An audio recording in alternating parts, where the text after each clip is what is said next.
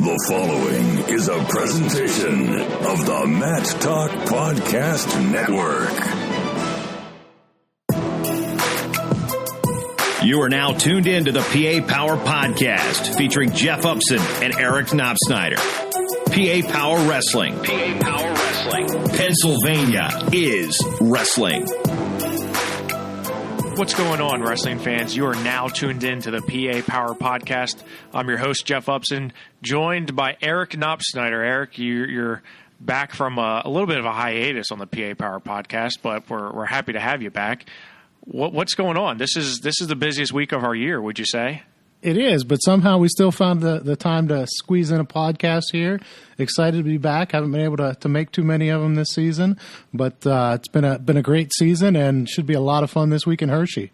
Yeah, it absolutely will be. I mean, this is what it all comes down to. This is what all these wrestlers have been building up to. And, you know, we've been previewing this tournament for essentially the whole year with our rankings and our previews and everything, just trying to get a gauge of where guys are going to end up on the podium or not on the podium. We know the wrestlers that are going to be there. We have the brackets officially out, and they don't seem to – there's no changes since that first initial change that the PIAA had. So we're going to go through and just kind of break down each one of these brackets. We're going to start in Class AA, move on to AAA. We're also going to answer a bunch of your questions. We had fans pose some questions for us for our bracket breakdown, and we're going to answer some of those too, Eric. Yeah, that should be fun, something a little different. So let's start at 106 pounds in AA, and of course Gary Steen, who's a returning state champion, he's your top seed there. Eric, when you look at this bracket, what are some things that jump out to you, maybe some first-round matches to keep an eye on? Well, the first one, and I'm not sure it's going to be a great match, but I want to see Matt Vulock, and he gets he has a first round match against Bryce Beatty, a prelim match. Assuming he wins that, then he gets Gary Steen right away. So those are two guys that have been high ranked this season. I think Steen is the favorite here at this weight as the returning champ, but he's not going to have an easy path to the finals by any means. No, he's not. I mean, because also on that top half is Levi Haynes. Suds Dubler's there, Gavin Bradley from Athens. So there's a lot of big names there. Kai Burkett is there as well. So, I mean, you're right. Gary Steen's path to a returning or repeating as a state champion is going to be a tough one. Matt Vulock is a guy who was a state medalist last year. Kai Burkett's been highly ranked as well. The guy I'm looking out for, though, is Levi Haynes. This guy is a stud. We've got to see him this year. We saw him at the Super 32, Eric. We've seen him a couple times. I've seen him at the District 3 tournament. He's a hammer. In fact, we had a fan ask us what his chances are of winning a state championship. Can he push it? And I think he can. I think he makes it to the semifinals, and I think he pushes Gary Steen. But if Gary Steen is wrestling like he did at the Ironman earlier this year, Gary Steen's the favorite. But Levi Haynes is going to be able to push him, in my opinion. Yeah, this is one of the semifinals that I'm really looking forward to as a possible meeting here to see just how Haynes can do against a guy like Gary Steen. As you said, Haynes has been super impressive this year, unbeaten, 37-0. But can he go out and take out a defending state champion? I'm not sure that's going to happen, but I'm going to have a lot of fun watching to see if it does. Yeah, Eric, I agree with you. And looking at the bottom half of the 106-pound bracket, you have Joey Fisher undefeated, 35-0, and Sheldon Seymour, 32-0. Joey Fisher's a guy who didn't get on the podium last year, but had a big Fargo tournament. In fact, you were able to go out there and see him. Sheldon Seymour, he's a guy who's been here before. He's not a shy to the competition, and in fact, I think he kind of thrives on that. However, I think it's going to be a Fisher and Seymour semifinal, and whoever wins that most likely is going to have either Gary Steen or Levi Haynes. Yeah, those are both semifinals that should be a lot of fun. As you said, between the four guys there, you've got one loss in Gary Steen, who's probably the best guy in the bracket. And moving up to 113 pounds in double-A, this is a weight class that I think is very wide open. It's probably one of the more wide open weight classes of the double-A tournament. Gable Strickland from Benton is the top seed here. He's a returning state medalist. But you have some other names on the top half. Adam Jacob, Jackson Arrington as well is here, Andrew Brest. And on the bottom half, a guy I really like, and I know you've got to see him a few times, that's Ryan Michaels from Elizabeth Ford. 39-1. He has a ton of pins on the year. And also Cole Bisco from Southern Columbia. Eric, when I look at this weight class, I have about 4 or 5 guys that I think legit can win a state title here. Yeah, you're right. I did see Ryan Michaels at the Southwest region. Came away really impressed. So to me, he's the favorite here. He's just so long and can cause so many problems for guys that that's to me the guy to beat here. I think he and Bisco should be an interesting matchup if we get that in the semifinals. And as you said, Strickland looking good up top. Andrew Brest, also a guy who took a loss in the regional, but still a pretty tough guy. And Eric, I look at the top seed, Gable Strickland, and I got to see him at Powerade, and I didn't come away fully impressed with him. I thought he had a few matches. In fact, he lost to Jimmy Baxter from Cannon Mac. That Connor Pierce from Harbor Creek and Jackson Arrington first-round match, I think is going to be a doozy there. Those are 2 freshmen. Both guys are pretty highly accomplished. But I think Adam Jacob is sitting pretty there on the top half as well. He could see Brest in that quarterfinals match. Michaels, though, I think he's going to have his hands full too, whether that is Luke Fagley or Gabe Gramley from Mifflinburg. Both those guys in the quarterfinals are going to be tough. And Cole Bisco, he's going to have to go through Logan Jacquet, most likely from Eisenhower Jr., 34-3 in the season. So, and then David Kreidler from Central Catholic in Allentown. He's a guy who's been he was actually a state qualifier last year in AAA. So there's a lot of landmines here. And like I said, I'm not confident whatsoever in who's going to win this weight. I'm not. Yeah, as you said, there's a lot of depth here, and going back and forth. Like I know Michaels beat Jacquet 14-2 earlier in the season, so that's kind of what I was looking at. Is okay, I know that Jacquet is one of the better guys in the bottom half there, and Michaels owns a really solid win over him. So that was kind of my theory for going ahead with Michaels there. And just like I said, so long and so problematic for guys at 113. Yeah, I've been entirely impressed with him and how he's competed all this season, so I wouldn't be surprised. It's just hard to say who's going to end up on top. And unlike 113, 120 has a bunch of high-end hammers here. The top seed is Ian Oswalt from Burrell, but you also have Bo Bayless from Reynolds on the bottom half. And then there's a guy by the name of Ryan Crookham from Notre Dame Green Pond. He's a freshman, 45-2. The kid's a stud, right? There's no other way around it. He's one of the top guys in the nation. In fact, he's ranked as high as number 2 in the nation in some polls. What do you think is going to happen here at 120? Because I see a potential Crookham-Oswalt semifinals, and I see a potential Bo Bayless waiting on the other side in the bottom half. Yeah, that's kind of the way I have it breaking down. I mean, how about Ian Oswalt? He's the top seed, and his reward is getting Ryan Crookham probably in the semifinals. So didn't quite work out there for the top seed. But Bo Bayless on the bottom half, I like him coming out. And, yeah, this should be a fun weight with 3 of the really good guys in double-A in the same weight class. Yeah, for sure. And you look on that bottom half, there's a couple landmines I'm keeping an eye on. Caden Wickard from Bullion Springs. He's going to have Amon Ol in that first round. I think that's one of the more entertaining first-round matchups that we're going to see. Both those guys are kind of funky wrestlers. Wickard's really tough on his feet. Ol will grind you down. Nate Smith on that bottom half as well. He dropped a match in the finals to Crookham, but I really was impressed with him at the District 3 tournament. So if he can make it to the quarterfinals, I think him and Bayless are going to be a fun match. And then you could have Baylor Shunk wrestling Bo Bayless too in that first round. So a guy who was a former state medalist himself. So there's just so much depth here, as you mentioned here. And I think most of it's concentrated on the bottom half, but with Oswald and Crookham on the top half there, it just makes it, like you said, it's kind of unfortunate for Ian. He gets the top spot, but he's awarded with Ryan Crookham. So I think the freshman gets it done. I just think, we saw him at the Super 32. Eric, and that was in 8th grade, and he was phenomenal. It's just hard for me to say that he's not going to win this weight class.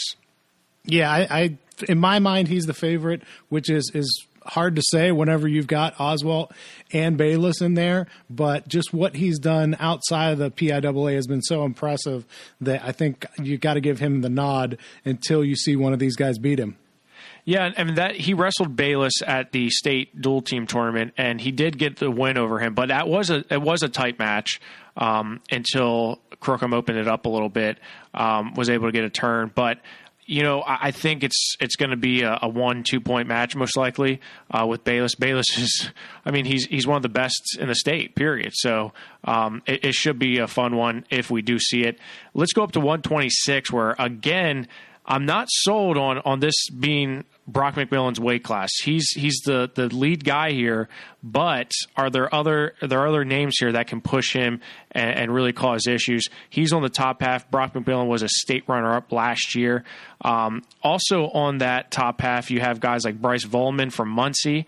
You have Bronson Garber for Upper Dauphin, who is a 3-time state medalist looking for his 4th state medal. You also have Brandon Klados from Notre Dame Green Pond, who is a very stout freshman.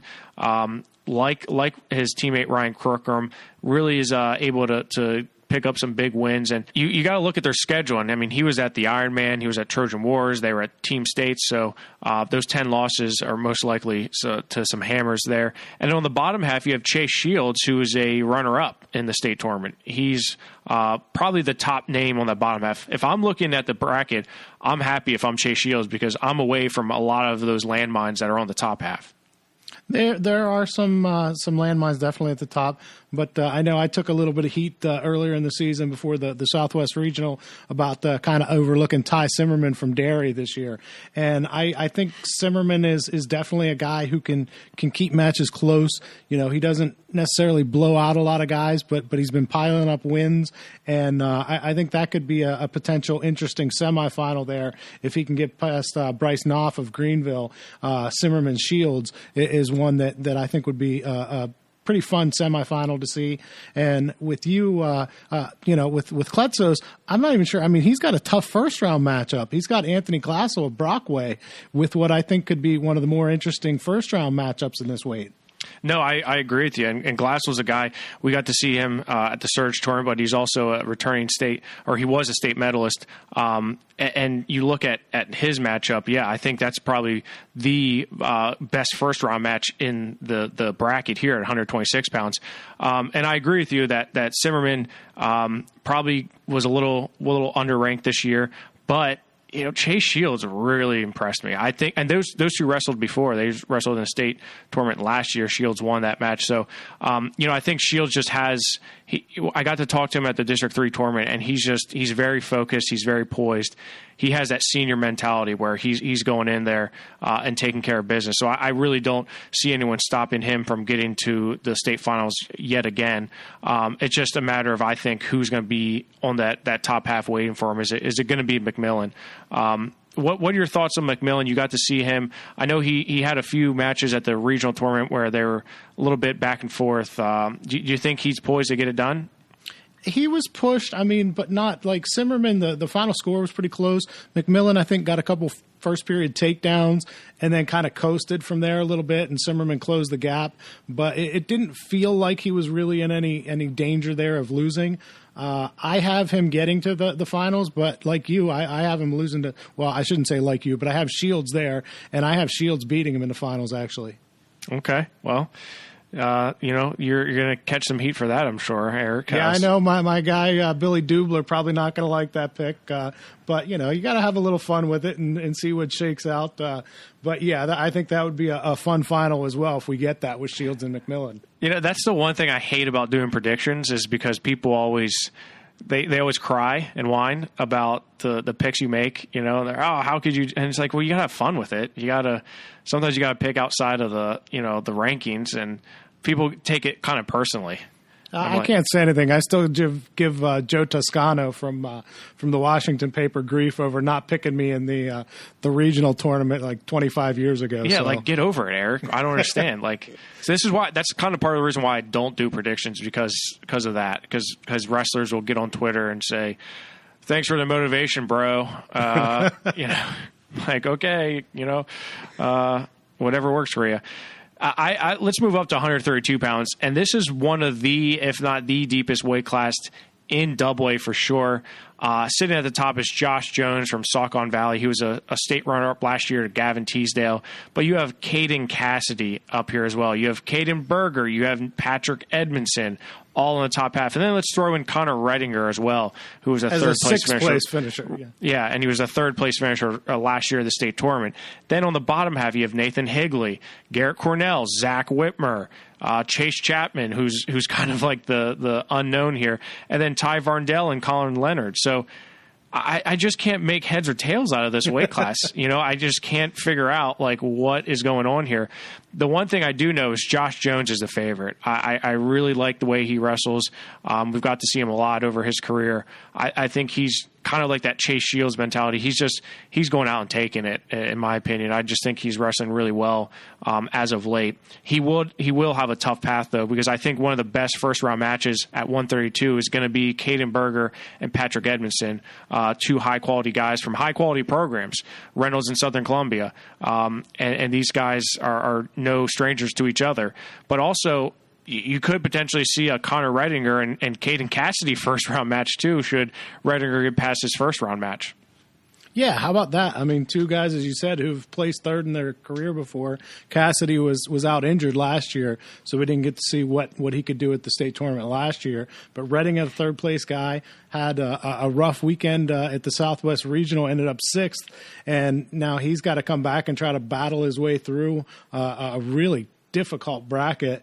And then right below that, another potential first-round matchup. You get Nathan Higley, could get Garrett Cornell, who was the fifth-place guy in the Southwest region. So I haven't been a huge proponent of this 20-man bracket, but if you want to say this is what, we need a 20-man bracket, 132 is why, because you've got guys like Connor Redinger is your sixth-place finisher in Southwest, and he wouldn't be here without the 20-man bracket. Yeah, no, you're absolutely right. And we had a fan ask us, Kyle Wallace asked us, why is it possible for a Southwest Region sixth-place finisher to wrestle into his own regional champion? I was anxious to see what regional champion nightmare Connor Redinger was going to have, and then he ends up getting fed into Caden Cassidy. And the short answer is that it's the way the brackets fall, and these brackets are predetermined based on where who the top seeds are, right, and where the regional champions fall based on the regional pairings. However, Connor Redinger just kind of got the short end of the stick here, that he's an SW6, and if he wins, he goes into SW1. That's just the nature of the beast, and that's the nature of the way the brackets fall. I mean, Donovan Chambers from Southwest 4, if he wins, he feeds into Josh Jones there. And in Garrett Cornell, should he win, he feeds into Nathan Higley. So, I mean, all these Southwest guys that they feed into are pretty tough. The only other places he could be would maybe Ty Varndell in the bottom half. That's not an easy way to feed into. So it's just kind of, you can't put a sixth-place finisher anywhere that it's not going to be advantageous for the Southwest region champion. So it's a shame, but it's just the way it is. Yeah, I think it was just a matter of, wouldn't it be better to have him face another regional champion, which I kind of see. But as you said, the brackets are predetermined until you get to the seeding for the regional champ. So that's kind of the way it fell in there. So let me ask you this, Eric. Who do you have coming out on that top half? Because you have Jones, you have Berger, Edmondson, and Cassidy. Who comes out?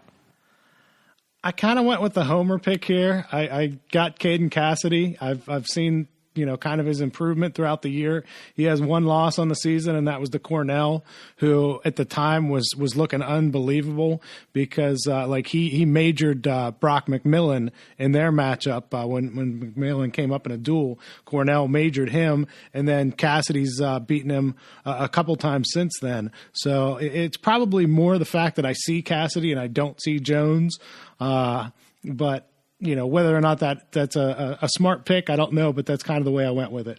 No, it's not a unintelligent pick, Eric, by any stretch of the imagination. I mean, Caden Cassidy's one of the top guys in the state here. What's funny to me is both these guys are going to George Mason. So that's kind of interesting because both Josh Jones and Caden Cassidy have committed to George Mason. Cassidy is only a junior, but I'm going with the older seasoned Josh Jones here. He's been to the state tournament many times before. He's been to the state finals before. I think he gets back there. I think Caden is more than capable of getting there. I just think Josh Jones is the guy to beat here. On the bottom half, I have issues because, I look at Nathan Higley. I'm like, well, he's been pretty solid. We saw him at the Surge tournament. And Zach Whitmer, you're saying he's had some up and down matches and up and down results.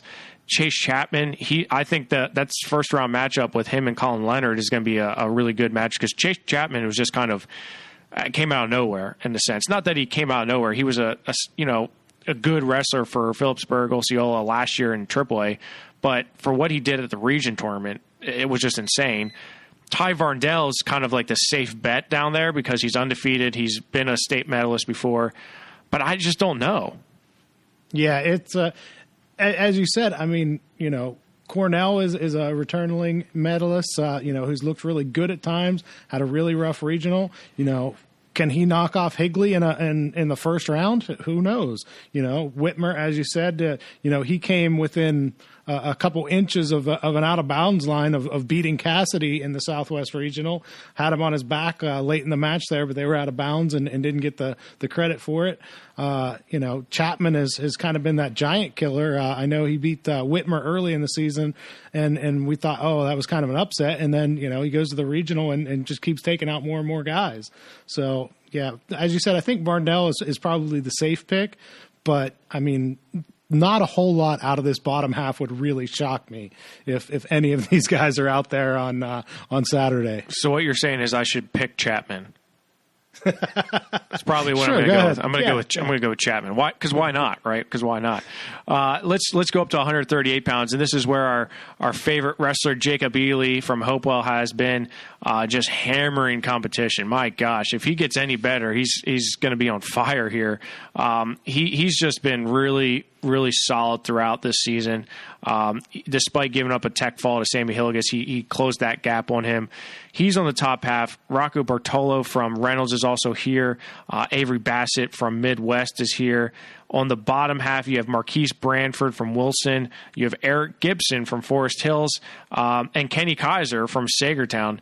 Man, I love this bracket. I think Ely is sitting in a solid position. The best first-round match up at 138 is going to be Tyler Martin and Rocco Bartolo. I think this is going to be a great match between two upperclassmen. Bartolo was a guy who was a state medalist last year. Martin's been a qualifier before, hasn't been on the podium just yet, but both these guys are hammers. I think that's going to be a good match, and I think they had either one of them has a potential of making the semifinals and beating possibly Avery Bassett. But Jacob Ely, I think, is a guy to beat here. On that bottom half, I like Marquise Branford and the way he's been wrestling. Marcus is a guy who's we've seen throughout his career, really. And I remember I was saying to him on Twitter, like, hey, you got to get on the podium before you get any respect. And now is his time to prove that. But Eric Gibson, guy I'm not going to look past either. I mean, he's a freshman, but man, he's impressive. Yeah, he's been great all season. We saw him at the Surge. He and Kaiser met there, and Gibson got the win in that one. But then Kaiser turned the tables and beat him a couple times at King of the Mountain. So I wouldn't wouldn't be shocked if we see another Kaiser Gibson, but Gibson's not going to have an easy time getting past Marcus Branford for sure. So I think that Kaiser is in the semis there with the winner of that match, either Branford or Gibson. And yeah, I agree. Top half, to me, this is Jacob Ely's weight. He's just seems to be on a different level right now. And let's not forget AJ Corrado down there from Burrell. He's a guy who's a returning state medalist as a sophomore. He's had a few bumps in the roads, but he's going to have Nick Vonelli from Notre Dame Green Pond, which is a really good match, I think, for the prelim. And then the winner there gets Kenny Kaiser. So it's not an easy path for a guy like Kenny Kaiser. Potentially, I think he's going to either see Branford or Gibson in the semifinals, and I think either one of them poses an issue for him. But I agree. I think Jacob Ely is the guy to beat here at 138 pounds. Definitely a weight I'm looking forward to. Let's go up to 145. And last weekend, if it told us anything, is that you just don't know what's going to happen, because we thought we have a returning state champion, Nathan Halbert from Palisades. Okay, guys had to come back from a year. He had an injury and he came back, had a late start to the season, but he loses, and he loses to Andrew Cerniglia. Then Cerniglia loses to Gabe Miller from Pequay Valley, gets pinned in the finals when the match was 8-8. My gosh, you just say, what's going on here? And then Caleb Dowling's kind of been like that most consistent rider here. He's 39-5. He's a returning state runner-up. If you remember last year, he lost in the state finals to Cole Matthews of Reynolds. He's on the top half, but he's going to get Nathan Halbert in that quarterfinals match. I think this is just a tremendous matchup. We've actually had several wrestling fans ask us what are some of the best quarterfinal matches in either class, and I think this is one you got to circle, highlight, and asterisk. Nathan Halbert, returning state champion, versus a returning state runner-up in the quarterfinals. Are you kidding me, Eric? Well, you just look at the top half of that bracket, and Caleb Dowling, your top seed, in theory should have the easiest path to the finals. This is what he could face if he's going to get to the finals.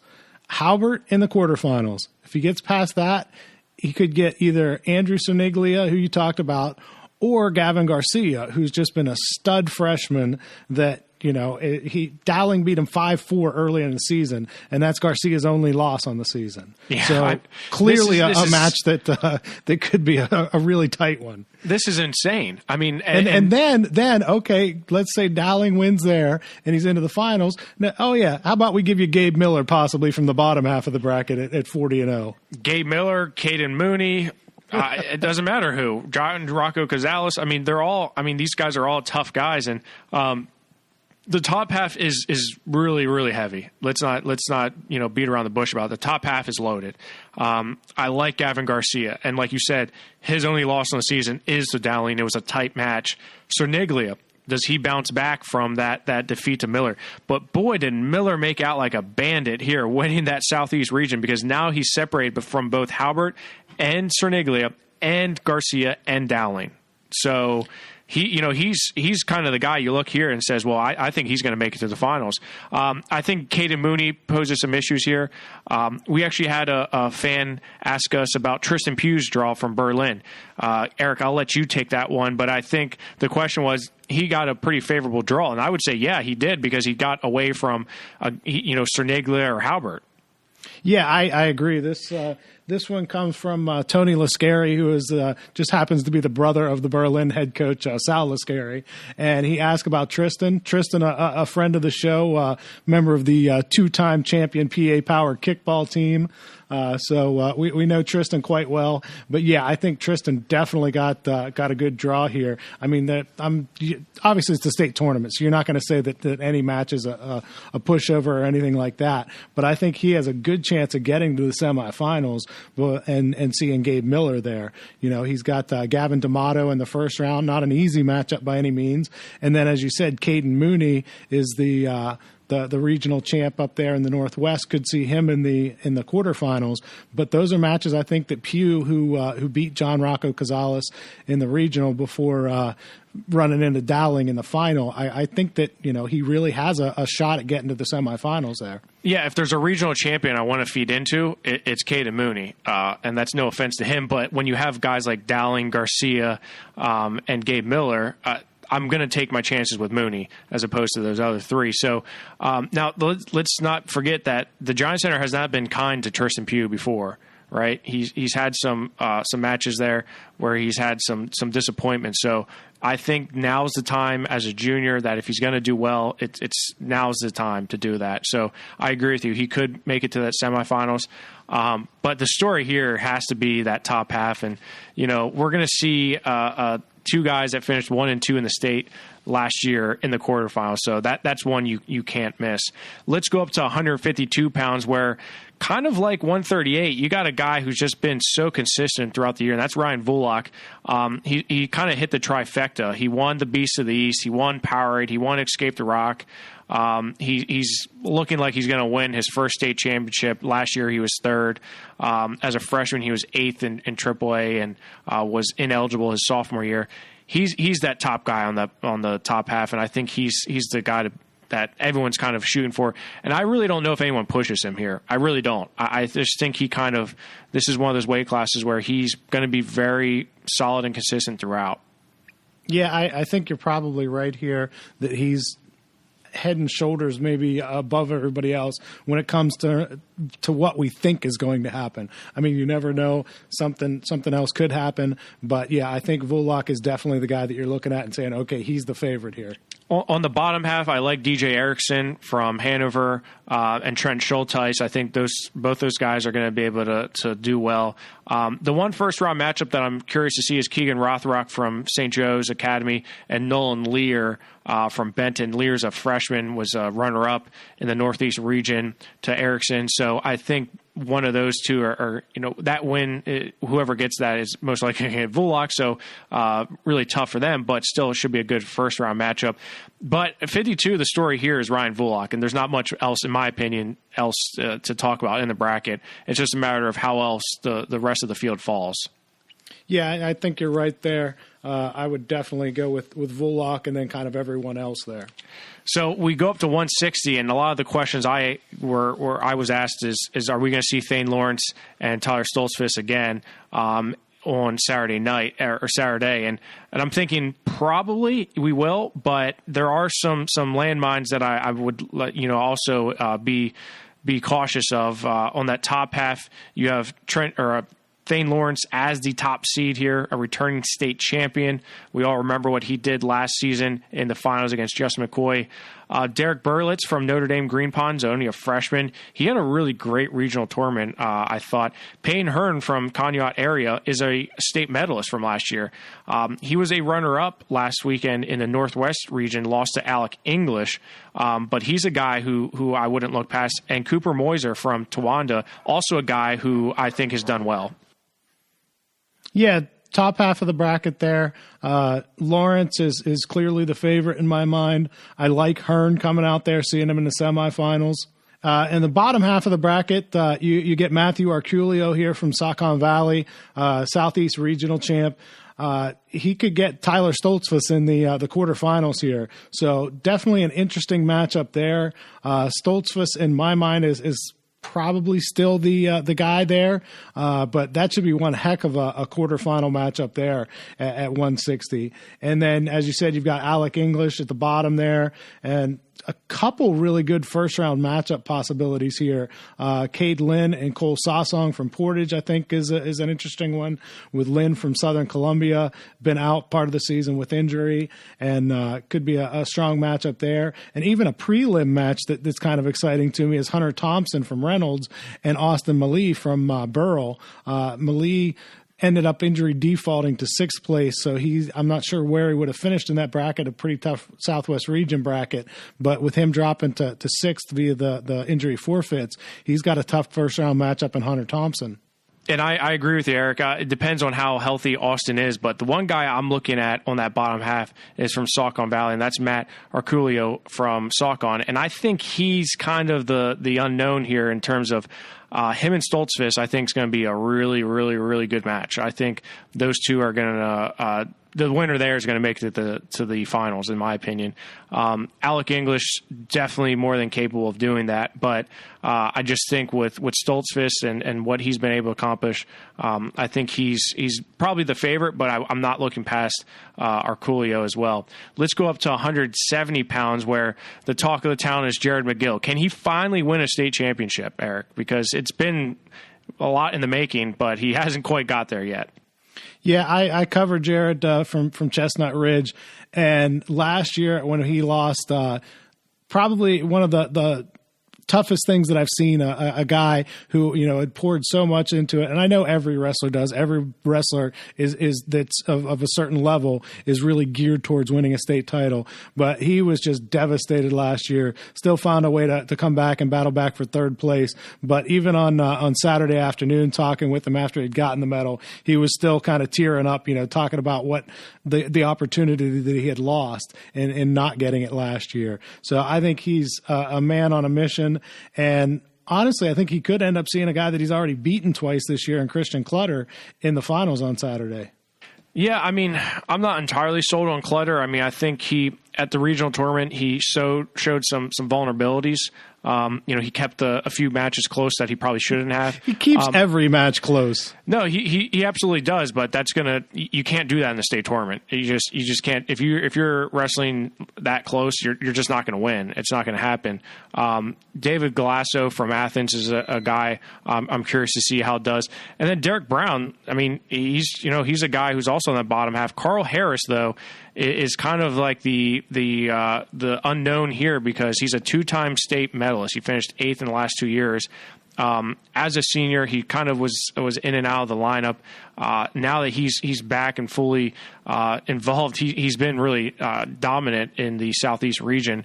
So you can't look past him either. I agree with you. Jared McGill, he really widened that gap on Clutter from what we saw at the Powerade tournament. So I think he's the clear favorite here.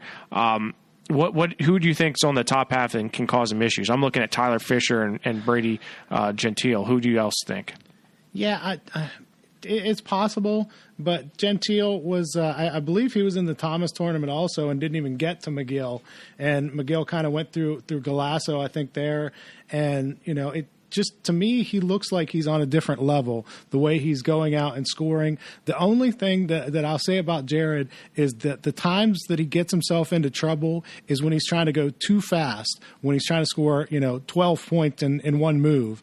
And he can kind of get himself in trouble, and that's what happened, I think, last year. He got put on his back and ended up losing. So as long as he wrestles a high pace but not an out-of-control pace, I think he's definitely the guy to beat. Let's go up to 182 pounds, where this weight cleared out a little bit, especially because of the fact Julian Goring's not here. But, I mean, the biggest news at 182 is Dayton Pitzer from Mount Pleasant, who's a freshman, right? He's a freshman, and he's at 182 pounds, and he's just unbelievable. He is the third seed. The top seed is Hunter O'Connor from Jersey Shore, being a state qualifier last year, and he's sitting at the top half. But you also have a guy like Austin Wally from Elwood City up there in that top half. You have Garrett McClintock from Brockway there, Bryson Miller from Freedom, and then the surprise here for me was Nick James from Hamburg. I mean, I was shocked that he was able to win that Southeast region. But the story here has to be Dayton Pitzer. Can the freshman get it done? I think he does, Eric. I'm riding the Dayton Pitzer train all the way to the station, man.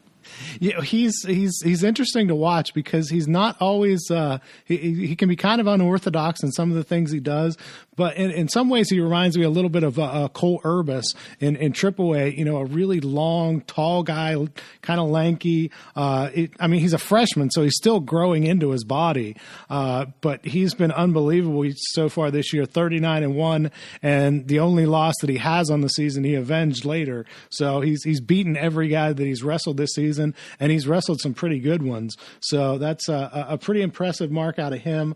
I'm interested. I haven't really seen McClintock at all, but I'm kind of interested in him and seeing what he's like. But another guy that you didn't even mention in the top half was Derek Yingling from West Branch, who had a rough Southwest regional and ended up finishing 5th there. But he's a returning state medalist, and he could face Nick James in the first round in what I have highlighted as kind of my top match of the first round at 182.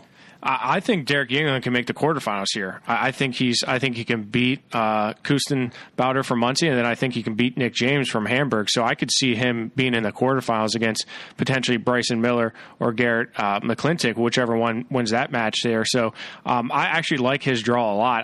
I think the Southwest is just really, really deep here in this weight class. Austin Wally's another one who I think can be in that quarterfinal round against Hunter O'Connor. I think he can push Hunter O'Connor. Absolutely, I think he can. On that bottom half, though, I don't know if we really talked about him, is Gavin Henry from Union City. This is a guy who I think may be the biggest threat to Dayton Pitzer, because really I'm very, very keen on Dayton Pitzer winning this weight class. I think maybe Gavin Henry is that biggest roadblock that he's going to face in the semifinals, but I really do. I can't see anyone beating Dayton Pitzer. I don't know why I'm saying that, because he's a freshman, but you know what? The results speak for themselves, and he's done really well. And you saw that in the regional finals when he got down big, and then he was able to chip back away and get some points to win that match. So he's definitely someone who I think is mature beyond his age. The thing with Pitzer is he's never out of a match. He's got a cradle that can pin just about anyone. So even if he's down, as you said, Wally hit him with a 5-point move in the first period. Looked like he might pin him there. Pitzer survives it, comes back, ends up beating him. I think it was 9-6, but outscored him 9-1 over the final period, 2 periods and a half, and just showed that he's a danger no matter what the score is. You don't want him on top of you. Let's go up to 195 pounds where we have some hammers, and I really, really like the regional champions here. All 4 of them are very solid. Gage Garcia from Southern Columbia is your top seed. He's 43-0. He's a stud. There's no other way about it. He's chiseled. He looks like a Greek god out there sometimes when he's just beating people down. Cale Black from Eisenhower, also a freshman. So we talked about Pitzer, but let's not sleep on Cale Black as a freshman at 195 pounds winning the regional title. And then Colby Franklin, another freshman. So the future looks bright here for Pennsylvania upperweights, which I like to see. Colby Franklin, I think, is a guy poised to get to the state finals. But let's not forget about the senior here, Colin Fagley from Mahoney, 38-1. He's going to have something to say about that. I think the regional champions here are solid. I can see all 4 of them making it to the semifinals. But I think we're going to see a Garcia-Franklin rematch. And maybe I just don't know enough about Cale Black. I haven't seen him yet. But I'm wondering, does Jonathan Vargo kind of show up after struggling in the regionals? He's the Southwest 5. I mean, he was a state medalist last year. Can he bounce back and beat Cale Black there potentially in the first round? Yeah, I think that's a great first round matchup for Vargo. If there's anyone I'm going to feed into if I'm Vargo, it's going to be Cale Black. As a freshman, I'd rather have him than Colby Franklin or Fagley or Garcia. So yeah, I like that matchup a lot, Eric. I'm glad you mentioned that because I think Vargo is going to be looking to avenge some of his Southwest region mishaps, and you're right. I think he has a shot to beat Cale Black. So that's one I'm going to circle. Yeah, that one, and then the other first-round matchup that intrigues me is Hunter Tremaine from North Star and Dane Census from Saucon Valley. Tremaine pushed Franklin more than anybody else. It's just the way the bracket worked out. He didn't end up getting to the finals because he got Franklin in the semis there. But he's a big, strong kid, hard to do a lot with. So I think that's a really interesting first-round matchup. Let's go up to 220 pounds, and Dom DeLuca from Derry is looking to get back into the state finals. He was a runner-up last year, but can he get it done this year? Eric, you got to see him. I think he and Jacob McMaster are on a collision course. What do you think? Yeah, I think so as well. I saw McMaster at the Thomas tournament in Bedford back in the end of January, and I wrote then that I kind of felt like he and DeLuca are destined to meet. DeLuca was impressive in regionals, but there were times where I felt like he could really open it up a little bit more, and he even told me that he needs to score more points. He had some close matches that probably shouldn't have been, so I'd like to see him open up that offense a little bit more. But yeah, I definitely see he and McMaster being the favorites to get to the finals and face one another. I think the biggest question is here, who are the other guys that are going to push for spots on the podium? I like the Wyatt Owen and Colby Flank first-round match on that top half. I think that's going to be a good first-round match. I think that you look at the bottom half, Jake McMaster's kind of the favorite for sure, but you also have Ethan Merdant from Jim Thorpe who's there, Preston Zachman from Southern Columbia. I don't know. I kind of agree with you. I think they're destined to be on a collision course. McMaster and DeLuca are. But I'm just curious to see who the other, 6 medalists are going to end up being. Yeah, I'm not quite sure on that. I think that there's probably that DeLuca and McMaster have separated themselves from the field a little bit, and then it's a little bit more of a kind of a shake them up and see what you get.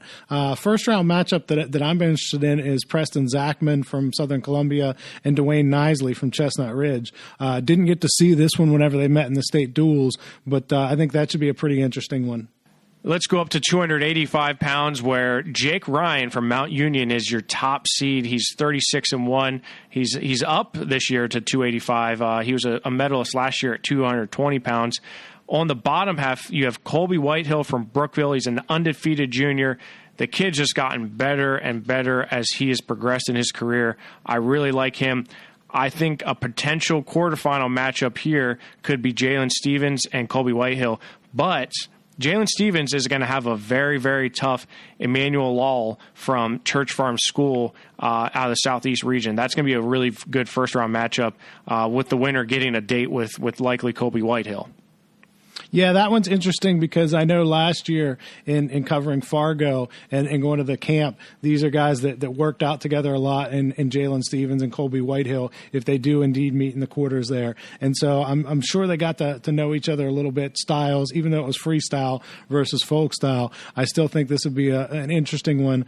But I'm glad to see you're coming around. I've been driving the Colby Whitehill bandwagon for a while now, and I'm glad to see you're finally on board, Jeff. Yeah, well, I've been holdout. I've been holding out for a little bit. Wanted to see a little bit more, but I have been really impressed with Colby this year. I think he's just been so consistent. He's so much bigger and stronger.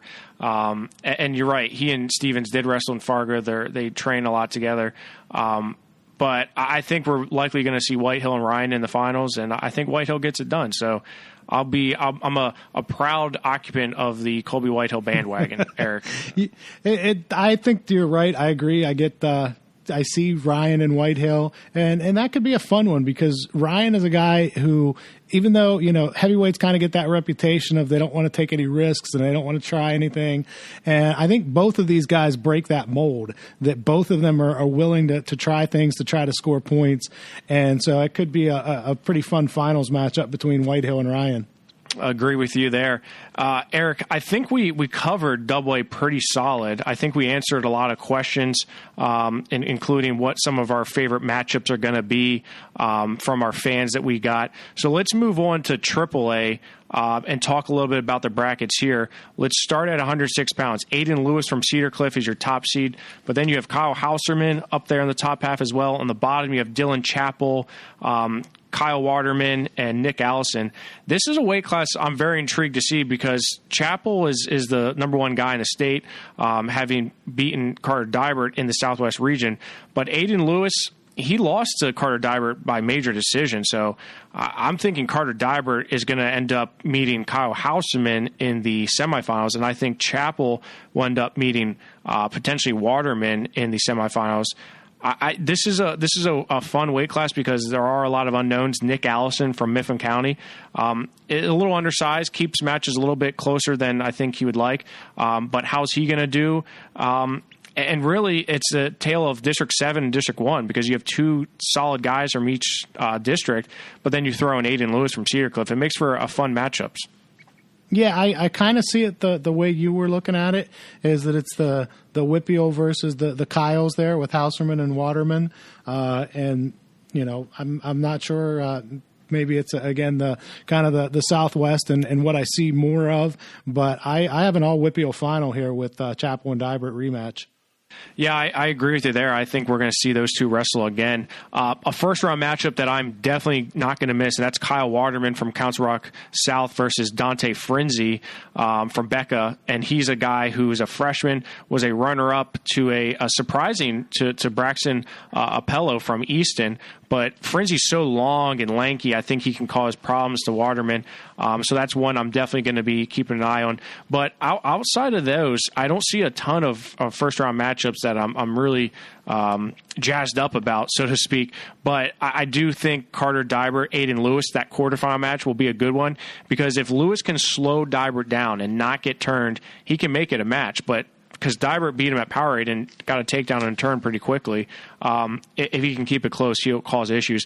Dylan Chappell's just so hard to score on that it's going to be problems for anybody who's really aggressive and going after him. He's so good at shot defense and scoring off those counters. So I think Chappell's poised to not only make it to the finals but win the title. Do we get two Seneca Valley champs back-to-back? I think there's definitely a possibility, a strong one at that. We go up to 113 pounds, and AHR is sitting at the top 44-1. He is the number 2 ranked guy in most polls in the nation. He is the returning state champion, and boy, did he really turn it on his sophomore season. I was very impressed with him because, and I'll say this, Allie wasn't getting a lot of love from the national publications after his freshman championship. And at Ironman, when people started saying, wow, he's really good, I kind of said to him, like, yeah, I've been telling you that. You just haven't been listening. Allie's a guy who I think is poised to win his second straight state title. You look at that top half, really big quarterfinal matchup that I'm looking at is Andrew Smith from Nazareth versus Alejandro Herrera Rondon. Smith's going to have to get by a tough Josh Miller, but I think he does. And then Smith, he's a returning state medalist. And, he actually won the District 11 title, but then lost in the finals to Tyrese Fleming. So he's a guy I think, and here's the thing with Herrera, is he keeps matches close. He did open up in the regional finals against Kyle Burkholder, so I like that. But he does tend to keep things a little bit closer. I think that's one of the things, though, that has really elevated his stock is, especially last year, it seemed like every match was really tight with him, and he's so hard to score on. But I think he's developed more offense this year, and that's really kind of gotten him that national attention. So we'll see if he can kind of build on that and keep that going, or whether he falls back into that, as long as I don't give up any points, I'm not going to lose sort of mindset. But I think he can definitely build on that. I agree with you. He's the favorite here. In the bottom half, what are you looking at? You got Ben Mon from Cumberland Valley. You've got Kyle Burkholder, as you mentioned, from Hempfield, and Tyrese Fleming from Bethlehem Liberty. Who are you looking at here in the bottom half is really the guys to beat? Yeah, I think Kyle Burkholder and Tyrese Fleming are two guys that I think are going to make it to the semifinals. Ben Mon has been solid, but I don't think he's quite there yet to get to the finals. That first round match that I'm really looking forward to is Burkholder and Nathan Lucier from Coatesville. I think that's going to be a good first round matchup. Same with Sam McGonigal versus Vincent Ranelli from Meadville. I think that's a good matchup. But Tyrese Fleming's the guy here that I'm kind of circling to watch, because he's probably going to see Finn Solomon from Franklin Regional in that first round matchup if Finn wins his prelim. And Solomon can frustrate people. He's really aggressive. He's kind of a bully from his feet. If he can frustrate Fleming, who's more finesse and he's a little bit more, I think he's fast, that could cause some issues for him. Fleming's kind of the guy I'm looking at as the one to beat here, but Burkholder, I mean, what's there to say about Kyle? I mean, he's done a lot of good things in his career. He's one of the top seniors at this weight class here, so I think he's going to be one to watch out for. That top half, in addition to Andrew Smith, you have Matt Mayer and Max Mendez. That's going to be a potential quarterfinal matchup that I'm definitely going to watch. So, the question is Ali, ready to take really hold of this weight class? I think he is. And I think on the bottom half, it could be a variety of people here. Ben Mon, maybe I'm not giving him enough credit, but I think it's most likely going to be Fleming or Burkholder in that finals. Yeah, that's kind of the way that I look at it. I think the Ben Mon Braden Bauer potential first round matchup could be an interesting one. Bauer lost in the Northwest region, and a guy that we haven't mentioned at all is Jude Swisher, who really made a surge there in the regional final. Talked to his dad; he's a freshman, 27-7, and that was actually the first tournament he's won as a varsity wrestler. Is the regional, so maybe he's peaking at the right time. Yeah, he picked a good tournament to win. I mean, that was a loaded bracket, and he was able to beat Braden Bauer, who you mentioned from Williamsport. That's one of the first-round matches that I have circled, or I guess prelim matches, Bauer versus Nick Onia from Pottsville. These two did wrestle at the King of Mountain with Bauer winning that one, but Nick Onia is a senior going against a freshman, so that's one I definitely want to watch. Let's move up to 120 pounds, where Curtis Phipps is at the top, and he's 34-2 in the season. He's a Powerade champion. He's a returning state runner-up at 106 pounds. The returning state champion, Ryan Sullivan, is not here. He broke his hand in the sectional finals. It's super unfortunate. I was really bummed out about that. 120 is the deepest weight class in AAA. There's no doubt about it. That's without Sullivan. That's without Sullivan. 120 is the deepest weight class. Okay, let me break it down for you, Eric. Curtis Phipps is at the top. He's a returning state runner-up. You have Cole Wilson and Cam Enriquez meeting in the first round. Cole Wilson is 35-2. He was a state medalist last year, finished fourth. Cam Enriquez is a senior, 33-6, was a two-time state medalist. Okay, that's a first-round matchup. Then let's throw in Matt Maloney from Liberty, who is a returning state medalist. Lane Akey from Bellefonte is there as well. Shane Hansen-Ashworth from Council Rock South was a state qualifier last year. He actually beat the returning state runner-up, Killen Delaney, in the regional finals last year. I don't know what to make of this. And then let's go down to the bottom. That was only the top. Let's go down to the bottom. You got Will Betancourt from Manheim Central. He has just owned Cole Wilson in the last three regional tournaments, but Wilson has done better at the state tournament. Betancourt's there. He has a win over Shane Hansen-Ashworth. Then let's throw in Iman Logue from Father Judge, who has a dominating win over Killen Delaney. He's going against Chandler Ho. Luke Lucerne from Council Rock North, we saw him at the Surge. He's a returning state qualifier, was a state medalist 2 years ago against Logan Saliga.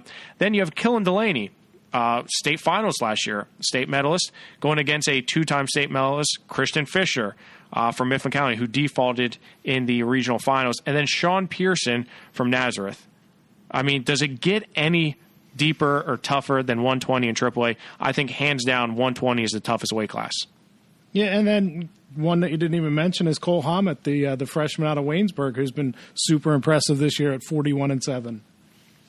Yeah, I mean, I was impressed with him, but he didn't have the best of regions tournament. He lost to Ethan Bergnick. And he's got Sean Pearson. So if he wins his first match, so I'm not saying that he's going to medal here or anything like that, but just the overall depth, you're right, is incredible. And then, as you said, we could have had Ryan Sullivan in it as well.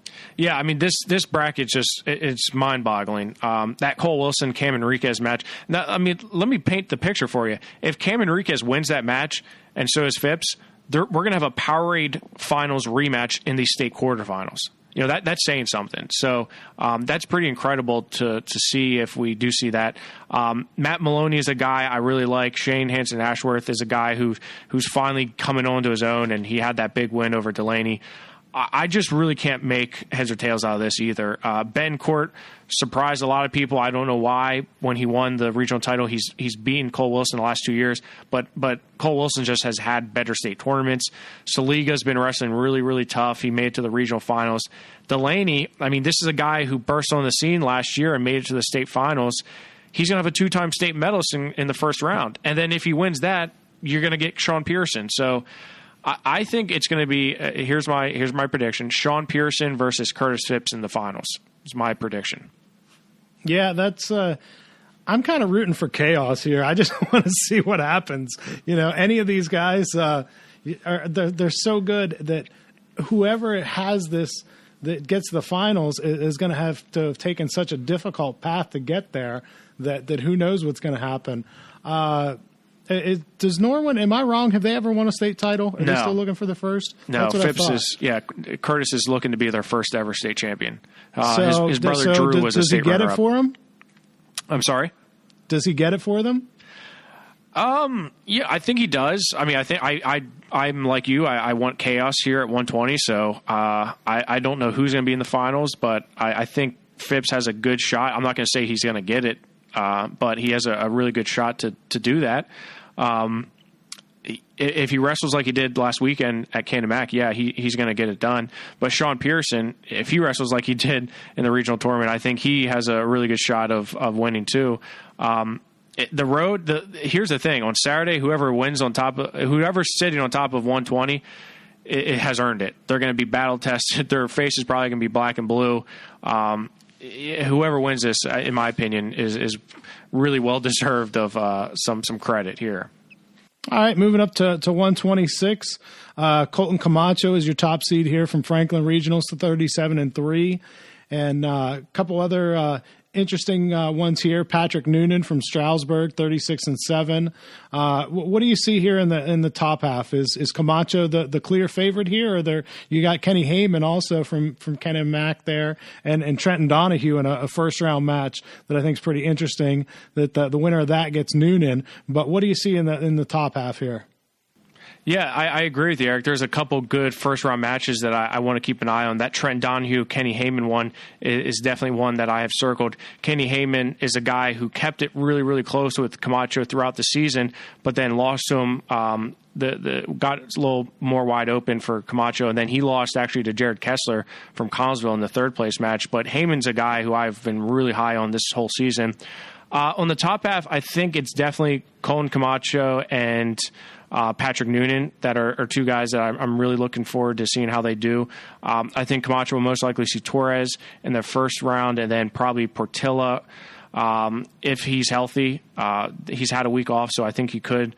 I think Noonan is definitely the guy who causes the biggest issues for Colin on that top half, just the way he wrestles. And the bottom half, though, I'm looking at this and saying, man, J.J. Wilson has a hard road. I mean, if he wins in the first round, he's most likely going to see Jared Kessler. He's probably going to get Patrick Gould, who's a two-time state medalist in the quarterfinals, so that's one I want to keep an eye on. Then he's either probably going to get Matt Sarbo or Darren Miller in the semifinals. So, the 26, although it may not be 20, it has a lot of depth and landmines here as well. Well, and that's what I think Miller won 2 out of 3 against Camacho. Is that right? Yeah, he beat him twice. Regional? Yeah, he beat him twice this year. He beat him at the Eastern area and then beat him in the sectional and then lost him in the regional tournament. So, Camacho picked a good time to win that match. And yeah, because you look at how big that win is to get in that top half of the bracket versus, as you said, what's a pretty brutal bottom half of the bracket. And let me ask you this, Eric. How did Matt Sarbo look from Altoona at the regional tournament? He was solid. I wouldn't say it was spectacular, but I would definitely think that I would lean towards Miller over Sarbo there. Because he had a few losses. He lost to Trent Donahue a few times this year, and Donahue ends up getting third there. So this is one where people are going to be fighting really hard in the wrestlebacks. I think there are going to be some pretty high quality wrestling going on in the wrestlebacks to see who finishes that 3rd through 8 at 126. But you go up to 132, and this is kind of the talk of the tournament, right? This has really been where people have been stirring up some conversation. That's Sammy Hilgis, returning 2-time state champion, and Julian Klebov, a former 2-time state champion. We don't call him a returning because he's not returning from 2018 as a state champion per the PIAA. So Sammy Hilgis, Julian Klebov in the semifinals, 2 top 10 guys in the nation. Man, this is crazy. I know everybody hates it. I love it. It's wonderful. Look at the matchup we get on a Saturday morning. We get to see Hillegas and Klebov. And I'll tell you this, if you ask whoever loses this match if they care if they got second or third, it's not going to matter to them. They didn't win the title. It's not going to matter whether they lost in the final or the semifinal. No, you're absolutely right. It doesn't matter, because if you're not first, you're last, right? Ricky Bobby said that best. What do you like about this matchup between Sammy Hillegas and Julian Klebov? I like it because they have two kind of different styles. Yeah, I mean, we call Sammy the Bull. He's just physical and mean, and I think that'll be interesting to see how Klebov handles that. And Klebov is a little bit more slick. He's a little bit more funky. Reminds me more of like Sammy Sasso, the way he wrestles. Gets into weird positions where he's able to do some things. I think there's no doubt that it's going to be Klebov and Hillegas in the semifinals.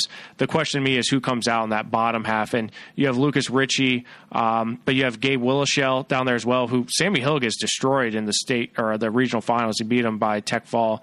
You have Kenny Herman from Becca, who's ran into Klebov about 10 times this year and has come up on the short end.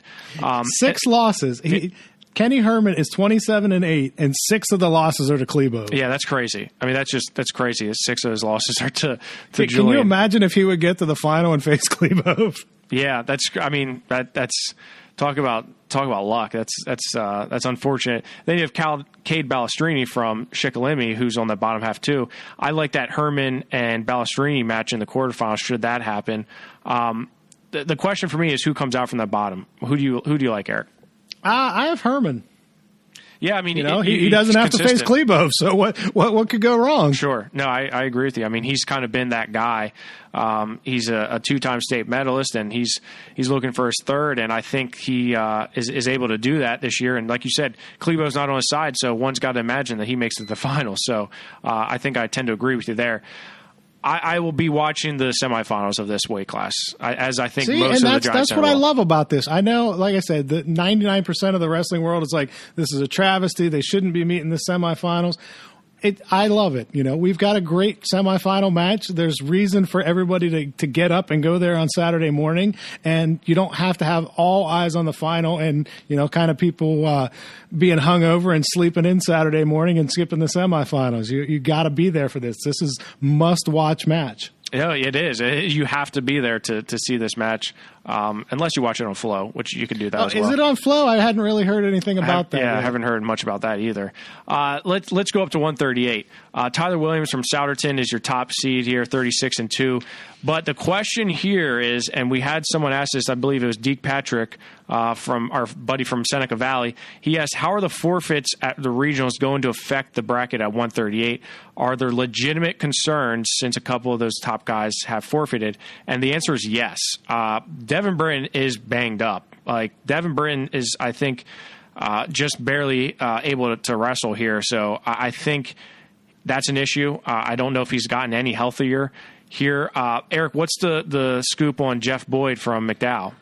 I wish I could give you a scoop on Jeff Boyd. Unfortunately, I wasn't able to talk to anybody from McDowell and kind of get word on him. I know, from talking to other people that he was banged up from the knee down to the ankle. It sounded like, might have even been a couple things wrong on a leg, but I didn't get to speak to anyone there at the Northwest and see what his status was. That was one that everyone was looking forward to in the regional final with Jeff Boyd, the returning state champ, taking on Ed Scott, who's just really taken a huge step forward this year in his junior season, now 35-0.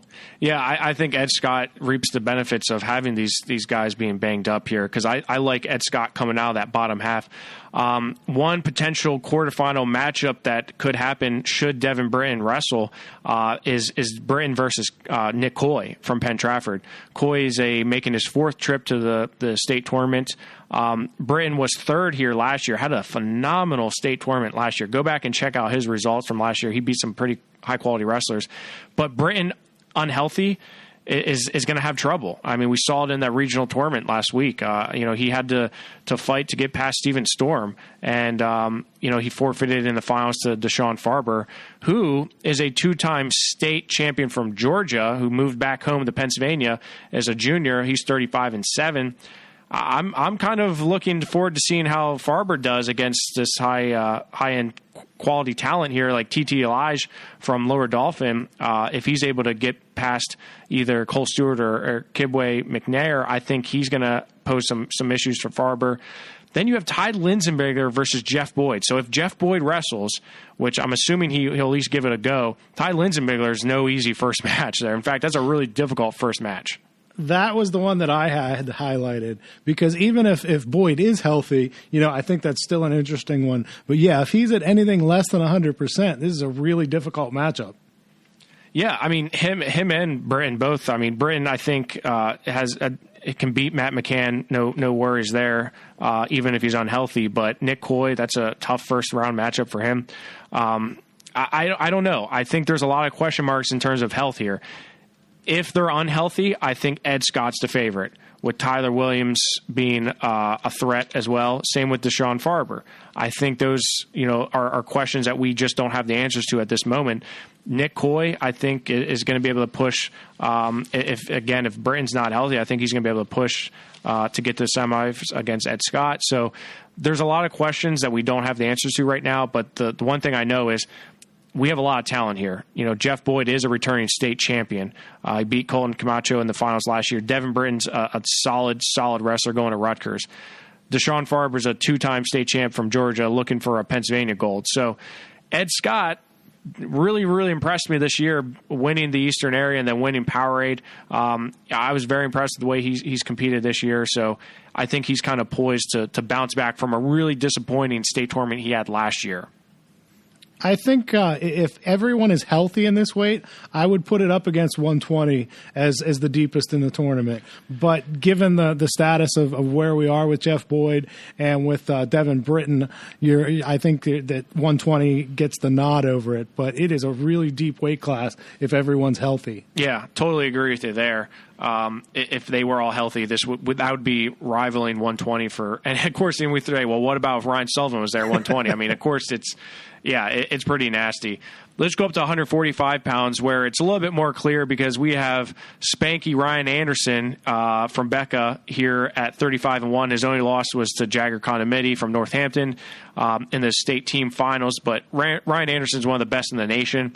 He's won Ironman. He's won Escape to Rock. He's won it all.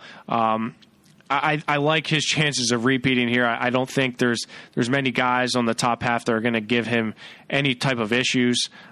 You look on that bottom half, a little bit more wide open because you have Cam Robinson, who I was very impressed with at Escape to Rock. He actually wrestled Anderson in the finals. But then you have guys like Nathan Stefanik from Nazareth, who is a returning state medalist, also a guy who's been injured this year, coming back from an injury, but he was a state medalist last year. He could potentially see Cam Robinson in that first round. And then you have Jagger Condomiti from Northampton, who owns a win over Ryan Anderson. His only loss of the year was to Condomiti. Lost to him last week in the regional finals, but I think he makes it to the semifinals. It's just a matter of who he's going to get. Is it going to be Robinson? Is it going to be Stefanik? Is it Trey Howard, Brandon Connor? I don't know. But the fact of the matter is whoever comes out of here is most likely to have a date with Ryan Anderson. Yeah, I actually picked it to get more District 11 here, get a little, Anderson Condomiti for like the 17th time this season. So I don't know, if that's what's going to happen. But, I just kind of look at it and see the possibility of that. I haven't seen Cameron Robinson, so I haven't, I'm not able to judge what he's like. I know he's got some impressive results, but he and Condomiti could definitely be a fun semifinal. Yeah, so I'm picking Cam Robinson.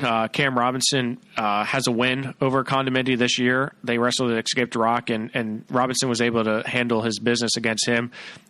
Cam Robinson is about 6'2", and he's a 145-pounder, so that kind of puts it into perspective. So he and Ryan Anderson would be a fun little different contrast in body sizes. Huh? Go back and watch the finals match from Escape to Rock between Robinson and Anderson. It was a fun match because of that in itself. So I implore you to go back and watch that. I believe PIAA Wrestling.com has that match on their website.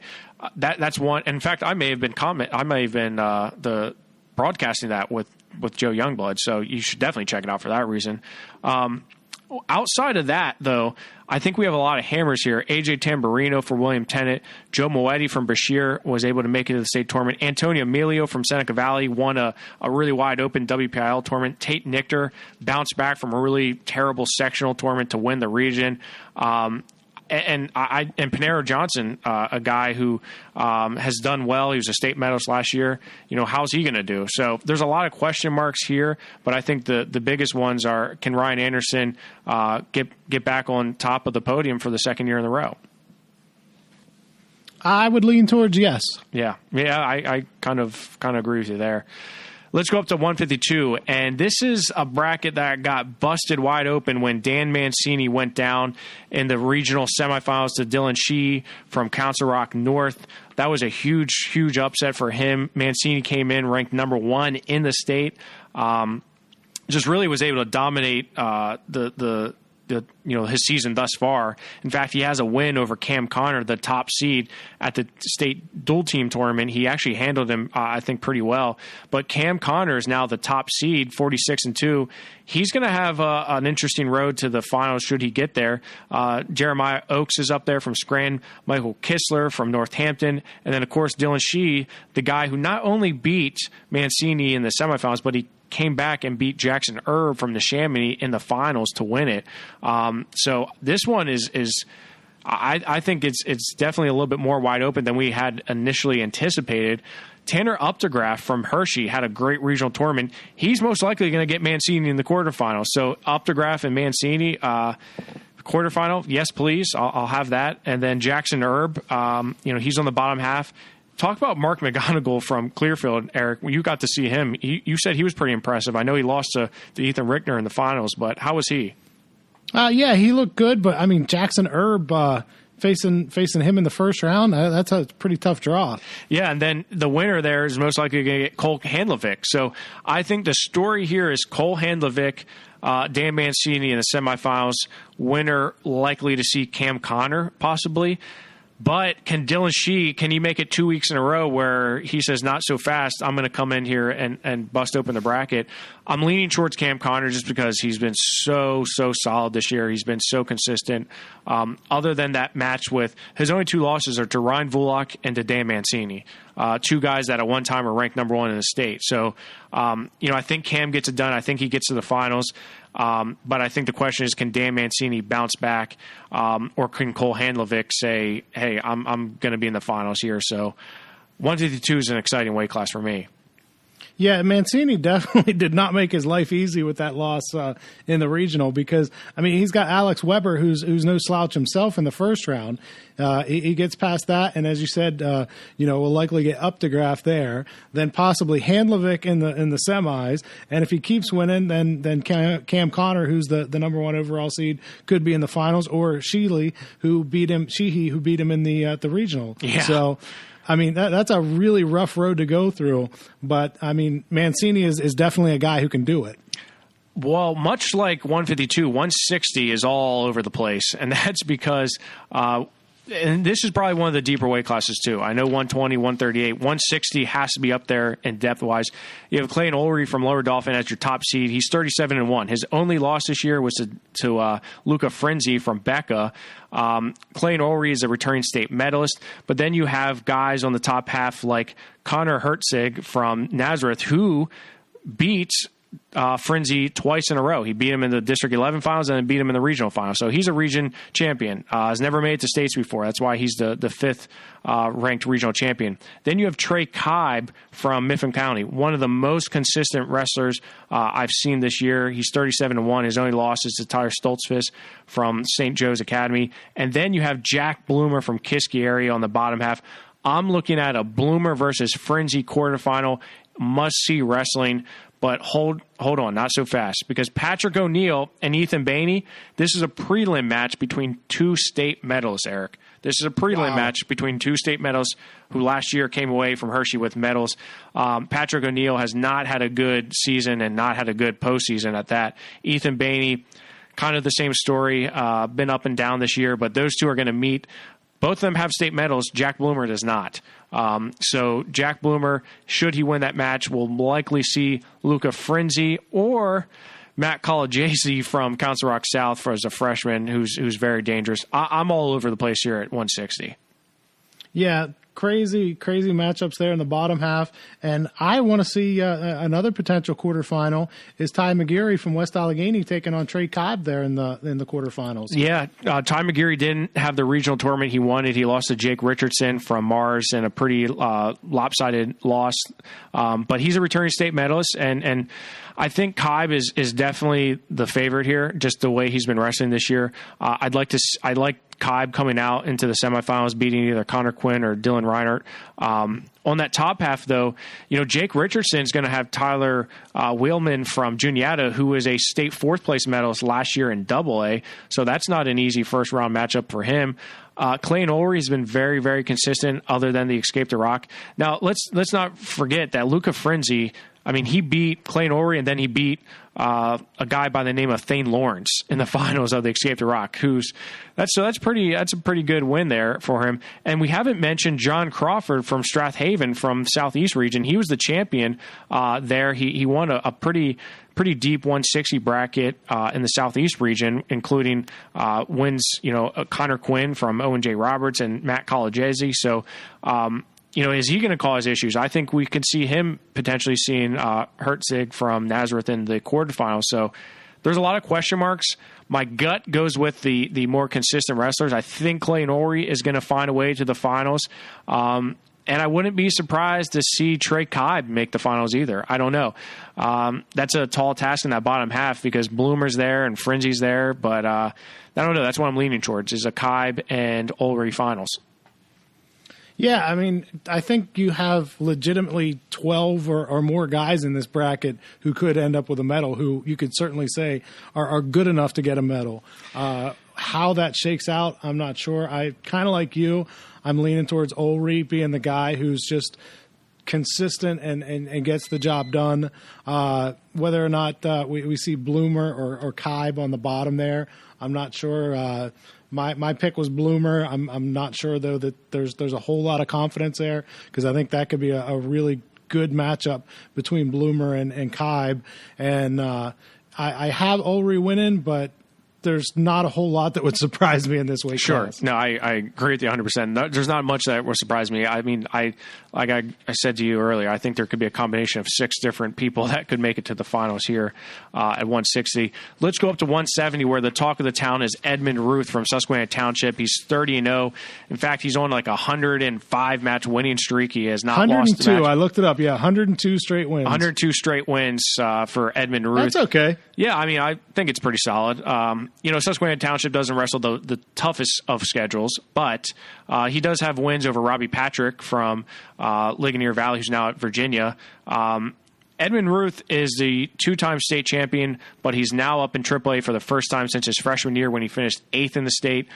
Garrett Ninehouse from Canon-Mac, 40-3 on the season, has looked really, really good. He pinned his way to a Southwest Region championship. He's been as high as number 2 in the state in both at 182 and 170. I really like this matchup. I think it's going to happen, but there are some other folks in the way here. The one matchup that I'm really looking forward to in the first round at 170 is Dylan Keene from Bradford versus Nick Delp. Keene has been firing on all cylinders this year. We saw him at the Surge tournament. Nick Delp from Kiski didn't have the best Southwest region. He lost to John Hoover, bounced back for third. I think this is going to be a good first-round matchup. Yeah, this is definitely one, as you said, Keene 35-0, hasn't gotten a ton of attention in the rankings. This is, obviously it's a state tournament, so it's your chance to step forward no matter what, but a great chance here to kind of announce himself with a win over Nick Delp. Yeah, I for sure agree with you there because, he really took it to Coy Bastian from Selinsgrove in the finals there. So another first-round matchup here. An Escape the Rock finals rematch in the first round. We have Luke Nichter versus Angel Garcia. Now, Angel Garcia pushed Luke Nichter. He was winning for 5 minutes and 50 seconds. And then in the last 10 seconds, Luke Nichter was able to find a way to come out and pull off a win over Garcia. Nichter has fallen to Edmund Ruth in the last 2 weekends. So, there's that. Then you have Max Hale from Downtown West, who is 39-2 from the Southeast region. I think Garrett Ninehouse is going to get to the finals here on the bottom half. Luke Nichter's going to have his hands full in the first round with Garcia, and I think Edmund Ruth is probably going to see Lenny Pinto in the semifinals. I just like the way Pinto's been wrestling, but I wouldn't be surprised to see Dylan Keene or Nick Delp get there as well. This is going to be fun. Second most favorite match between in AAA, you have Sammy Hilgis and Julian Klebow, is Edmund Ruth and Garrett Ninehouse. See, and that's the beauty of it. You got one in the semis and one in the finals that you can look forward to. See, yeah, Eric Knopsynder's got it all figured out, ladies and gentlemen. Yeah, I'm really excited about this one though. I think this one is going to be a lot of fun. I'm going with Ninehouse. What do you think? You can't put me on the spot like that, man. Yeah, you didn't have any time to think about who might win these brackets. I've never even heard of either one of those guys going into this weekend, so it's tough to get film on them. This is a tough one, Eric. You're kind of putting me on the spot here, but I like Edmund Ruth's ability to find a way to win. I picked Robbie Patrick over him, and I was made to look like a fool then. Robbie's pushed him. I'm trying to remember. They wrestled twice in the finals. Right. I know Robbie pushed him at least one of those times, and I know Derek Brown did in the semifinals. I think it was last year. Right. But you're right. Edmund just finds a way to win. That's the thing. He just finds a way to win. Garrett is the more accomplished wrestler outside of Pennsylvania, right? At the Super 32, he's been a runner-up there. If Garrett Ninehouse is healthy, and by that I mean if his knees is as good a shape as it was this weekend, I like him. But I'm not confident at all in that pick because I really think you can. I think these two could wrestle 10 times and they can split it 5-5. So I don't know. Edmund Ruth's been there and he's done it. He's been on the big stage. He's won it twice. So how and he's had a 102 match win streak. How can you pick? How can you go against that? So I'm flip flopping. So I'm going back. I'm going with Ruth. Actually, I'm going with Ninehouse. I don't know. I don't know. Flip a coin. That's my answer. My answer is flip a coin. Heads is Ruth. Tails is Ninehouse. There you go. Flip a coin, and that's who wins. Yeah. Way to go out on a limb there, Jeff. Shut up, Eric. I don't want to hear it. Listen, Ruth's ability, athletic ability, I saw him hit a low single in the finals against Luke Nichter in like 0.2 seconds, okay? It was off a restart, and I've never seen anything happen so fast. He just he's got to have massively strong hands because he just literally grabbed the back of his foot and pulled him down like it was nothing. His ability to score quickly, he's not going to ride you. He's not going to ride you. He's not going to ride Ninehouse. He's going to beat him on his feet if he's going to win that match. Well, let's just say that we're really thankful that all the off-season rumors were not true. Edmund Ruth did not move to California. Right. That we get to see possibly him and Garrett Ninehouse in the finals here. Let's go up to 182 where we could see another very big potential matchup, and that's Carter Strachey, the returning state champion, undefeated on the year, 39-0. He's going to Penn State, so of course he's going to have a lot of fans in his corner here. But Luke Stout from Mount Lebanon, 39-1, a Fargo national champion, much like Carter Strachey was. They're kind of on the same path. Stout is a year behind Strachey, but they're kind of taking the same path. Stout was fourth last year in the state. He's 39-1, and his only loss is this Carter Strachey. I think this is a clear 1-2 match here. Luke Stout was able to handle Scott Joel in the regional finals. I think it's Strachey and Stout, no questions about it. The rest of the folks there are fighting for 3 through 8. Yeah, I think you're probably right there. I haven't gotten to see Stout too much during the regular season. As you said, saw him at Fargo. Really took a step forward there, and sounds like he's been able to build on that during the folk style season. So, a guy like Stephen Newell from Dallas, You don't think that's one that could potentially trip him up? You think Stout's the pretty heavy favorite there? I think Stout's a very, very heavy favorite here on that bottom half. Absolutely. I don't think it's close. I think he can major his way to the finals. Okay. And Strachey, just really impressive over the past couple years. And obviously headed to Penn State, one of the top recruits in the country. Should be a fun final there. I mean, Starocci with a 7-3 victory over Stout before. I'd kind of lean that direction that Starocci's going to get it done again. And let's move up to 195 pounds, where we have a pair of undefeated wrestlers that are they on a collision course here. Cole Urbis from State College is 33-0. He's going to UPenn. And then you have Max Shaw from Thomas Jefferson, 33-0. He's going to UNC next year. So two high-quality wrestlers, highly accomplished. Max Shaw was a third-place finisher last year. Cole Urbis was a state runner-up. If you remember that match in the finals, I'm sure he doesn't want to remember that match where he got pinned. But Cole Urbis has been nothing but solid throughout the season, but so has Max Shaw. One thing I want to note here is there's a couple first-round matches that I am not going to miss. The first one is Ethan Seeley from Great Valley out of Southeastern region against Donovan Ball from Cedar Cliff. Donovan Ball had two really tough matches with Kyle Schwartz from Northern York. Ball is a guy who I think, he was a state medalist last year. He's going to Penn State. But Ethan Seeley has a win over Jacob Miller, lost to him last weekend. That's his only loss of the season, 35-1. So those are two wrestlers that I'm really looking forward to seeing going at it. And then should Donovan Ball win and Max Shaw win, that's going to be a rematch of the Powerade finals in the quarterfinals. So that's a big-time matchup there. Max Shaw was able to win that one. Also in that bottom half, you have Damon Moyer from Bethlehem Liberty. He's been kind of up and down this year. He's had a few losses. He lost to Jaden Bortz, but he did come back to win the regional tournament over Jameel Coles. You have Bruno Stolfi from Souderton as well. And then there's a freshman from Cranberry, Braden Crocker. Eric, you got to see him against Cole Urbis. I mean, what was he like? Well, unfortunately, Cole Urbis just cradles people and pins them, so couldn't really get tell. To see a whole lot of him. But yeah, Urbis, I really like Urbis, and I mean, to me, you know much more about the AAA end of it, but I look at this and I see Urbis and Shaw in the finals. Yeah. Kind of, everything else, seeing where everyone else is. No, so do I, for sure. I see that, but I think there are some guys that are going to be fun to watch. I think Jameel Coles and Luke Montgomery is going to be a good match in that first round. Luke Montgomery really impressed me. Kyle Schwartz and John Myers. Should Schwartz win and Miller win from Boyertown, that's going to be a rematch from the King of Mountain tournament where Miller won that. So, yeah, there's a lot of depth here. But I think the two are pretty much favorites is Max Shaw and Cole Urbis. Who you taking that match? Since you put me on the spot with Ruth and Ninehouse. Go ahead. I wrote down Shaw, but I really don't know why. I mean, Urbis is – I really like Cole. He's a good kid. We've had him on the show before, interviewed him quite a few times.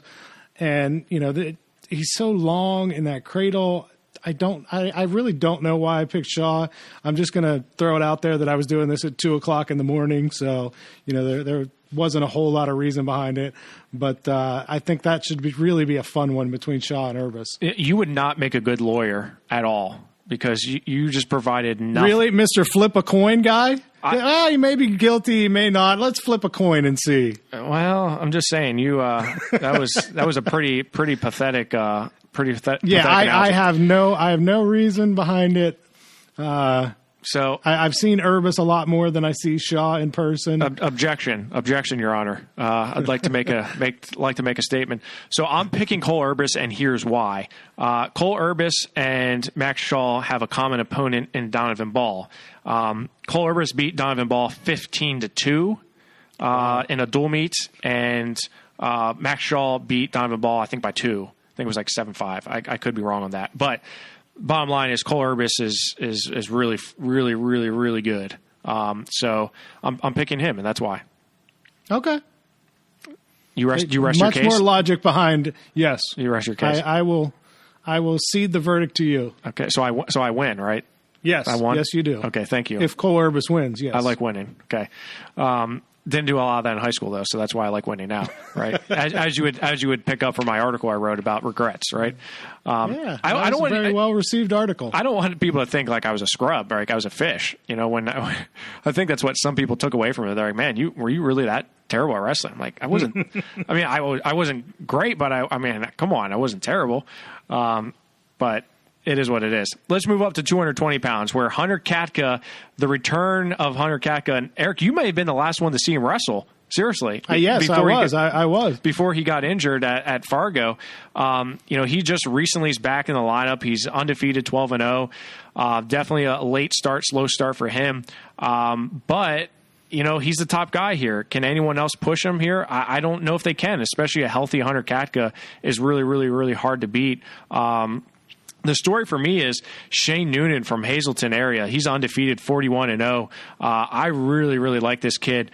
He beat Nate Schoen from Selinsgrove earlier this year, so I kind of like his chances. But you saw Nate last weekend at the regional tournament beat Dorian Crosby from Cathedral Prep, who was a state medalist himself. What do you think here?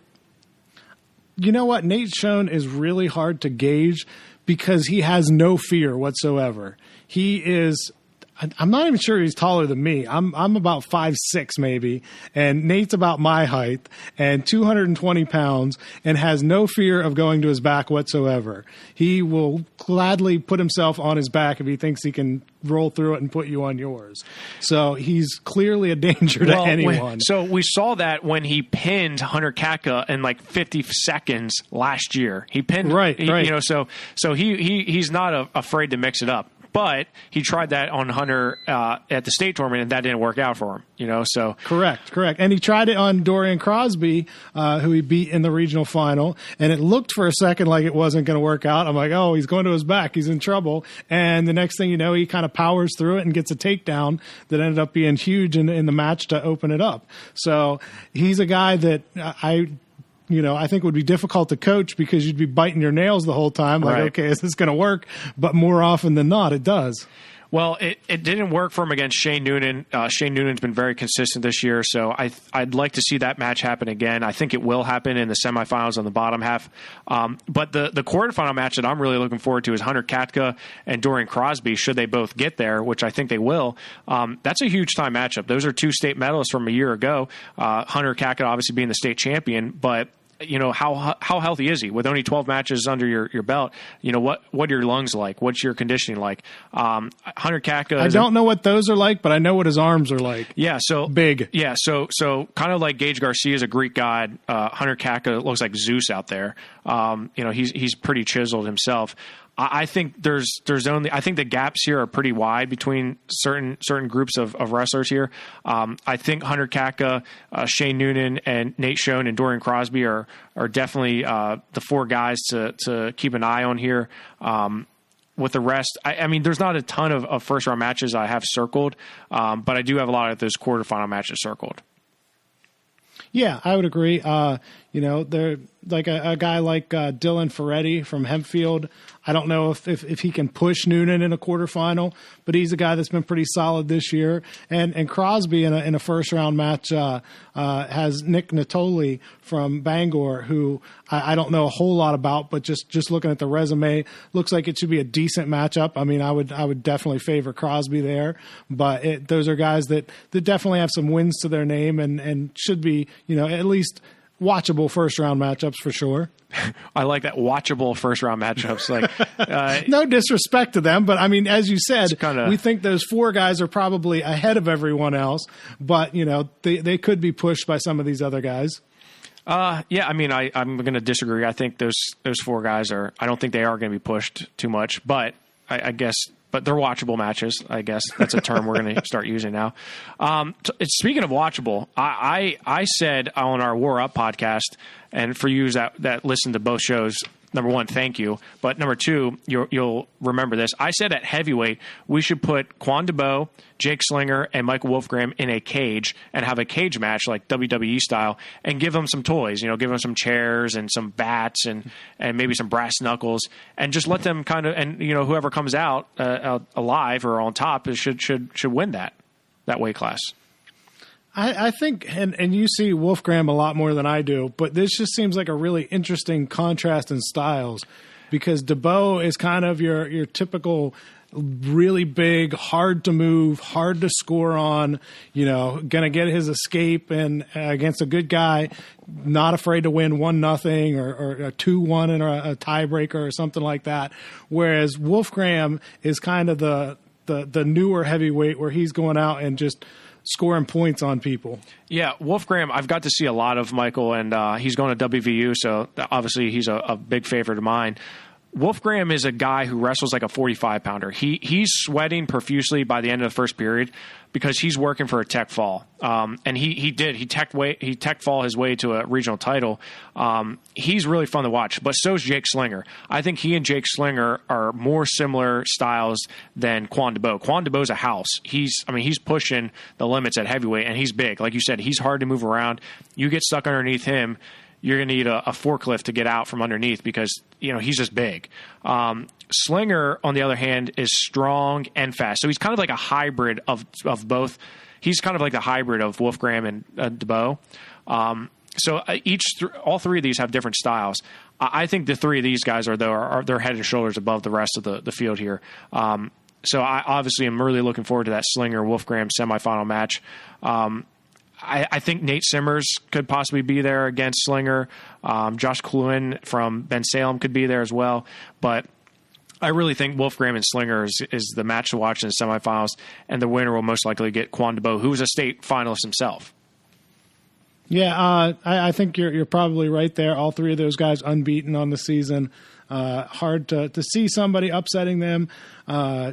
At a heavyweight, sometimes you don't know, but as we said, Slinger and Wolfgram aren't those styles that keep it close and, give somebody an opportunity. They're going to go out and put up points and pin people and tech people and make it really difficult. The first round matchup that I look at that I'm interested in is Nathan Hoagland of Mount Lebanon and Raymond Christus of Dallastown. Two pretty solid guys here, with the winner likely getting DeBow in the quarters.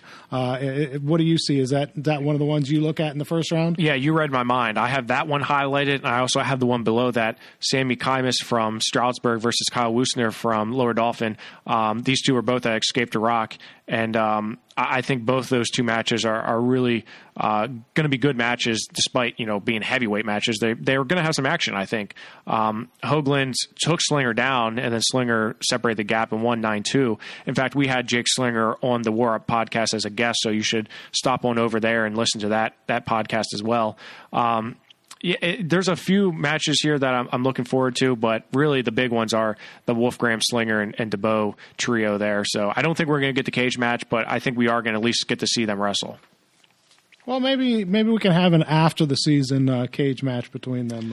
Just a PA Power production. I don't think an insurance company will sign off on that. Yeah, that could be an issue, true. Right? So, but I asked Slinger if he would do it, and he said he would. So. So at least there's that. I wouldn't want to get in a cage with Jake Slinger. I wouldn't want to get. I wouldn't get in a mat with Jake Slinger. I wouldn't want to get in a. Yeah, I want to get close to him. Okay, but yeah, it's heavyweight's gonna be fun, really fun, and I know that we don't always say that about heavyweights. So I'm really looking forward to all the weight classes here.